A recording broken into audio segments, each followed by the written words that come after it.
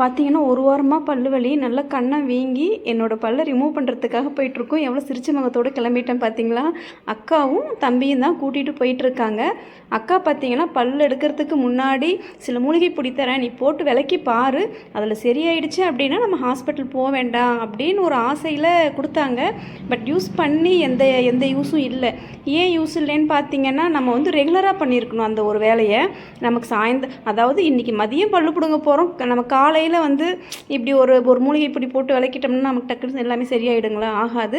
இதை வந்து ஃபஸ்ட்லேருந்தே யூஸ் பண்ணியிருந்துருக்கணும். இது என்ன ஹெர்பல் பவுடருங்கிறத உங்களுக்கு நான் கடைசியில் சொல்கிறேன், ஸ்கிப் பண்ணாமல் பாருங்கள். ஒரு 10 டேஸ் பக்கம் எவ்வளவோ சமாளித்து பார்த்தேன், ஒன்றுமே செய்ய முடியல. டேப்லெட்ஸும் நிறைய எடுத்துக்கிட்டேன், ஒன்றுமே செய்ய முடியல. ஸோ வந்து பல்ல எடுத்து தான் ஆகணுன்ட்டாங்க. இந்த நேரம் பார்த்து அக்கா மருமக ஒரு பக்கம் பானிபூரி செய்கிறா, ஒரு பக்கம் சிக்கன் சமைச்சிட்ருக்கா. ஸோ எதையுமே சாப்பிட முடியாது. அக்கா கிளம்பிட்டாங்க, நானும் கிளம்பிட்டேன். நேராக ஹாஸ்பிட்டல் போய் நல்லா ரிமூவ் பண்ண வேண்டியது தான். அது என்ன ஹெர்பல் பவுடர்னு பார்த்தீங்கன்னா, கீழாநெல்லி பொடி. ஆமாங்க, கீழாநெல்லி பொடி.